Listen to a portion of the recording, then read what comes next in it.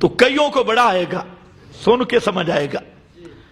آؤ سنو سورۃ القصص سے، اور مسئلہ الہ بیان کر رہی ہے۔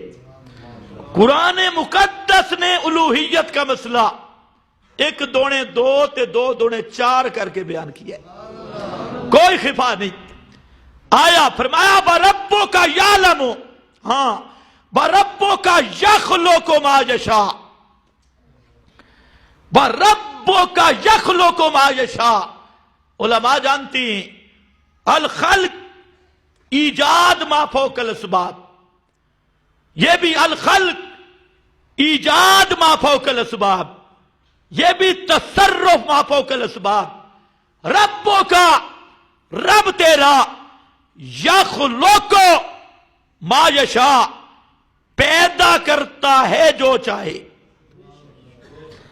پیدا کرتا ہے جو چاہے، یخلق ما یشاء۔ سبحان اللہ۔ اس آیت کا مفہوم پر حافظ ابن القیم نے بڑی لمبی بحث کی اور حق ادا کیا۔ کسی مفسر نے اس طرح بحث نہیں کی جو علامہ ابن القیم نے اس آیت پہ بحث کی ہے۔ سبحان اللہ، بڑے موضوعات کی طرف اشارہ کیا۔ ربوں کا یخلق، رب تیرا پیدا کرتا ہے ما یشاء، جو چاہے، یختار۔ یختار کا ایک معنی ہے انتخاب کرتا ہے، جس طرف چاہے، پیدا کرنے میں بھی مختار، انتخاب کرنے میں بھی مختار، انتخاب کرنے میں بھی مختار۔ بڑا لمبا مضمون، پورا جہان اس میں ہے۔ ربوں کا یخلق ما یشاء ویختار ما کان لہم الخیرہ۔ ہم ضمیر کا مرجع جن سے مخلوق، فرمایا ساری کی ساری مخلوقات، ان کو ایک رتی جتنا اختیار نہیں۔ ما کان لہم الخیرہ، کوئی اختیار نہیں۔ اللہ خود چاہے تو بیٹا پیدا کرے، چاہے تو بیٹی پیدا کرے، چاہے تو کالا پیدا کرے، چاہے تو گورا پیدا کرے، چاہے تو سالم الاعضاء پیدا کرے، چاہے تو ناقص الاعضاء پیدا کرے، چاہے تو دونوں آنکھوں والا پیدا کرے، چاہے تو ایک آنکھ والا پیدا کرے، چاہے تو اندھا پیدا کرے، چاہے تو عقل والا پیدا کرے، چاہے تو بے عقل پیدا کرے، چاہے تو ذہین ترین پیدا کرے، چاہے قد دی قد پیدا کرے اور کند ذہن پیدا کرے۔ فرمایا ربوں کا یخلق ما یشاء۔ اور تم کہتے ہو جے پتر تے دھیاں دین دن، دھیاں پتران دی گل نہیں۔ فرمایا تیرا رب جو چاہتا ہے پیدا کرتا ہے، وَيَخْتَارُ، اور جیسے چاہتا ہے پیدا کرتا ہے۔ مَا كَانَ لَهُمُ الْخِيَارَةُ، نہ قبر والے کا اختیار، نہ لاہور والے کا اختیار، نہ پشور والے کا اختیار، نہ محمد مصطفیٰ کا اختیار، نہ جبریل کا اختیار۔ مَا كَانَ لَهُمُ الْخِيَارَةُ، کوئی اختیار نہیں، نہ پیدا کرنے میں، نہ اختیار میں، اختیار میں، اس کو منتخب کرنے میں۔ وہ چاہے تو مکہ کے یتیم کو کائنات کا امام بنا دیتا ہے، یختار۔ وہ چاہے تو اونٹ چرانے کا سلیقہ بھی نہ جاننے والے کو دنیا کا فاتح فاروق اعظم بنا دیتا ہے، یختار۔ یختار۔ خیر وقت نہیں۔ ربوں کا یخلق ما یشاء و یختار ما کان لہم الخیارہ۔ سبحان اللہ، کدھر لکھا ہے؟ کہہ دو صبح، یہ ہے سبحان اللہ، ہے سبحان اللہ، یہ مقام ہے سبحان اللہ کا۔ تمہیں کوئی جھوٹ سنا ہے کہتے سبحان اللہ، وہاں تو تم پڑھا کرو سبحانک ھذا بہتان عظیم۔ کیا پڑھو؟ سبحانک ھذا بہتان عظیم، جھوٹ پہ نہیں۔ اے مزہ آیا، سبحان اللہ، سبحوا سبحان اللہ، اس شان والا اللہ شریکوں سے پاک ہے۔ سبحان اللہ وتعالی عما یشرکون، پاک ہے اللہ اور بلند ہے ان چیزوں سے کہ تم او مشرکو، یا یہ مشرک جن کو اللہ کا شریک بناتی ہے۔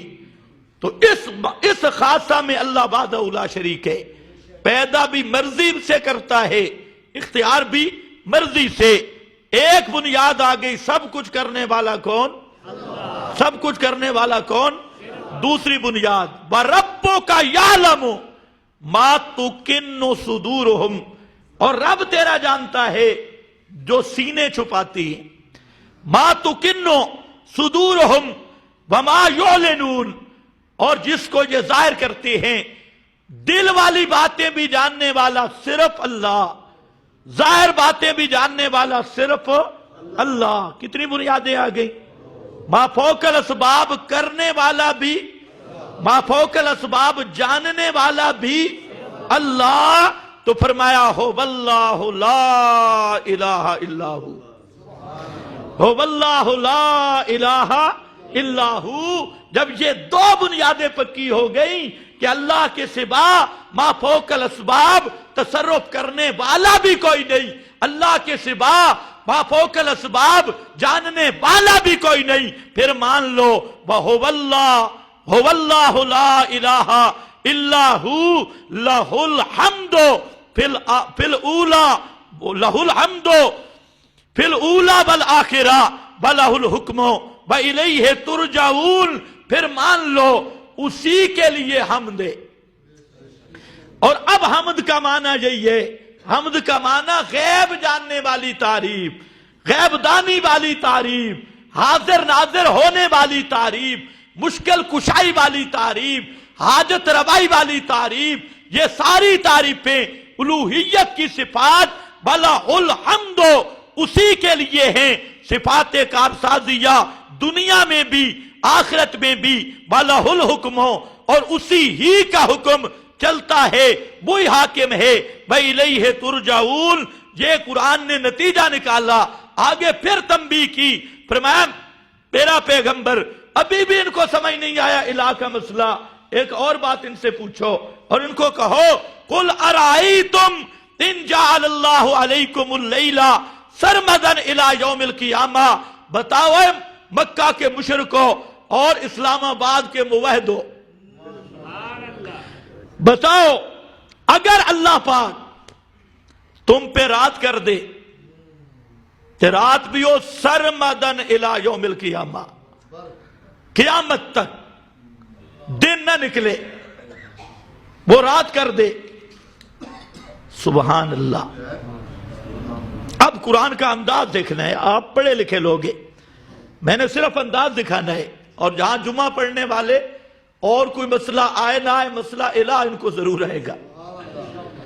تو اب ذرا دیکھنا، فرمایا اگر اللہ قیامت تک تم پہ رات کر دے، سرمدن الی یوم القیامہ، قرآن کہتا ہے من الہن غیر اللہ، من الہن غیر اللہ، کون ہے مشکل کشا سوا اس کے جو رات کو لے جائے اور دن کو لے آئے، رات کو ختم کر کے دن کو لائے۔ اب کیا معنی ہوگا من الہن غیر، یہاں الہ کا معنی ہے ہی مشکل کشا، حاجت روا، اور یہ جو مشکل میں پڑ گئے ہمیشہ رات ہو جائے، مشکل ہے یا نہیں؟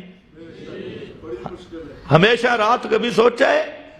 ہمیشہ یہ جو سردیوں کی رات ہے یہ نہیں ختم ہوتی، اور دن ہو ہی نہیں، ہمیشہ رات ہو، کاروبار کہاں جائیں گے؟